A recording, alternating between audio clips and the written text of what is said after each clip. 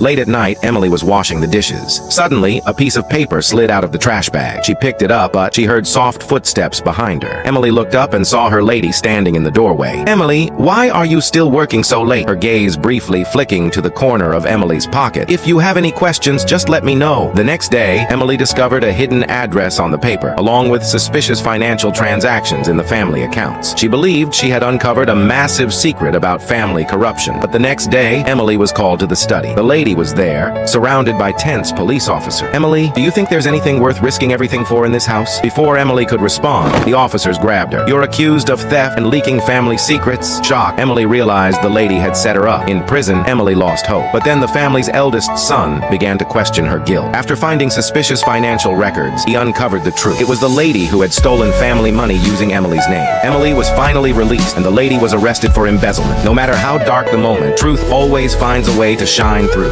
Yesterday was my birthday, and we had a small BBQ with my husband, my son, his best friend Matt, and Matt's pregnant girlfriend Jane. It was a cozy gathering, and I spent around $90 on food. Matt also brought some hamburger meat. While the guys cooked, I swam with my kid. Around 5:30, the guys called us to eat, but my child and I stayed in the pond, not hungry yet.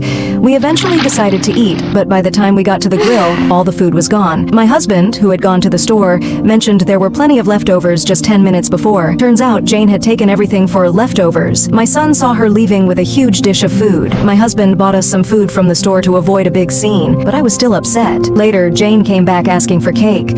I told her everyone could have some, but not her. She argued, saying she thought half the food was hers because they contributed some meat and didn't realize we hadn't eaten yet. I stood my ground and she left. No cake for her. Now, I'm feeling conflicted.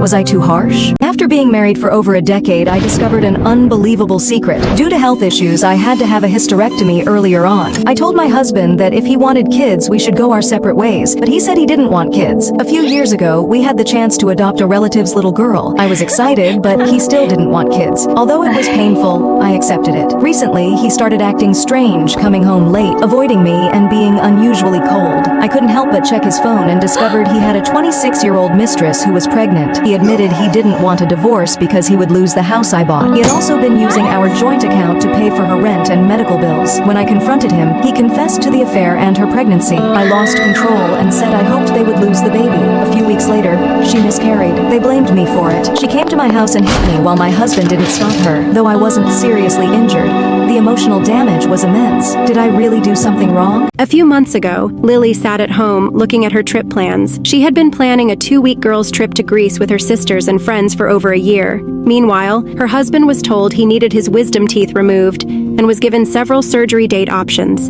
one 3 months ago, one during her trip, and a few in October. Lily suggested he take the soonest date to relieve his pain, especially since she'd be out of the country during the next available one. He refused, saying he wasn't mentally prepared. Lily assumed he'd wait until October, but 3 weeks before her trip, her husband told her he booked the surgery during her absence and expected her to stay home to take care of him. She refused, telling him to choose a later date or find someone else.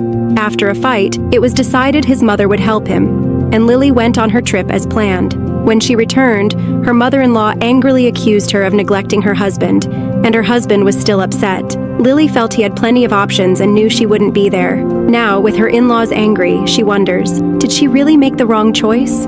A teenage girl swept the flower shop alone. The owner had rushed to the hospital, leaving her the keys. Her friend Emma walked in and gasped. "Sarah, look, the register is wide open with all that cash." Emma whispered, "Take some. Mrs. Chen will never know. She's rich anyway." Sarah shook her head. "No, Emma, that's stealing. Don't be stupid. She left you here for hours without extra pay. You deserve this money." Emma grabbed a $20 bill. "See? Easy." Sarah snatched it back. "Put it back right now." "Fine, be poor forever." She stormed out. Sarah counted the money carefully and wrote everything down in the notebook. When Mrs. Chen returned, she looked worried. "Sarah, I forgot to lock the register. Is everything okay?" "Yes, ma'am. I counted twice. It's all here." Sarah showed her the notebook with neat numbers. Mrs. Chen smiled sadly. "My dear, I have cameras. I saw your friend try to take money. I also saw you stop her and protect my store." Sarah's eyes widened. "You were watching? I was testing you. Many workers steal when owners leave, but you proved your heart is pure gold." Mrs. Chen handed her an envelope. "Here's a bonus and a promotion. You're my new assistant manager. God sees everything, even when people don't. Drop a heart if Sarah did the right thing. This girl sat alone at the school talent show final. Her mom promised she'd come, but her seat stayed empty. After the show, the girl walked home. Her mom was making dinner for her boyfriend's daughter. "Oh, honey, how was your day?" the mom asked casually. The girl said nothing. The next morning, her mom was nervous. "Today's my big work presentation. If I get this promotion, everything changes." The girl noticed her mom's presentation file on the table. She picked it up. At school, the principal called her. "Your mom's office called. She forgot her presentation. They need it in 1 hour or she loses the promotion. Can you bring it?" The girl stared at the file. All those missed soccer games, the forgotten birthdays, the empty seat at her talent show. Her best friend whispered, "Don't do it. Let her feel what you felt. This is your chance." The girl looked at the file again, then she ran. She took 3 buses across town. She arrived sweating at her mom's office with 5 minutes to spare. Her mom grabbed the file. "You saved me!" But the girl pulled out a notebook. "I wrote down every time you chose Sarah over me. 47 times, Mom. I could have let you fail today, but I'm not like you." The office went silent. Her mom's face went pale. The boss stepped forward. "You raised a daughter with more character than most adults, but maybe she deserves a mother who shows up." The girl walked out. She didn't need revenge. Her kindness spoke louder than anger ever could. Comment yes if doing the right thing matters more than getting even. An old man walked into church every Sunday but never stayed. People whispered, "Why does he come just to leave?" The pastor watched him enter, sit for 2 minutes, then walk out. "Sir, why don't you stay for service?" "I don't belong here," the man said coldly and left. Church members got angry. "He's wasting our time. Kick him out," the pastor agreed. Next Sunday, when the old man came, the pastor blocked the door. "You're not welcome here anymore. You mock God by leaving." The man's eyes filled with tears. "Please, just 2 minutes." "No, leave and don't come back." The man walked away, crying. Days later, the pastor got a call. "Your church member died at the hospital." "Who?" "The old man who visited Sundays. He had cancer. Could only sit 2 minutes before feeling sick. He said talking to God for those 2 minutes gave him strength to keep fighting." The pastor rushed to the hospital. Too late. On the man's bedside table was a note. "Dear God, thank you for letting me visit your house every week. Even 2 minutes with you made everything better. Please forgive them. They don't know my pain." The pastor broke down crying. The man wasn't mocking God. He was fighting for every moment with him. Sometimes God's children suffer in silence, but their faith burns brightest in darkness. Comment yes if you'll never judge someone's relationship with God. At a grand party in a shiny mansion, people clapped and smiled, looking at Daniel, the son of the rich Montgomery family, as he sat at a grand piano. But Daniel wasn't really playing. Behind a curtain, Jonathan was pressing the keys. He was the real pianist, but no one could see him. Jonathan wasn't rich like Daniel. He grew up in a small, broken-down house and taught himself to play on an old, squeaky piano. He was so talented that the Montgomery family offered to help him learn at a fancy school. But they had one rule. He had to play for Daniel in secret. Daniel would pretend to be the great pianist, while Jonathan stayed hidden. Jonathan didn't like it, but he needed the help. One day, Daniel was invited to a big music competition. "You'll help him win," said Mrs. Montgomery. Jonathan wanted to say no,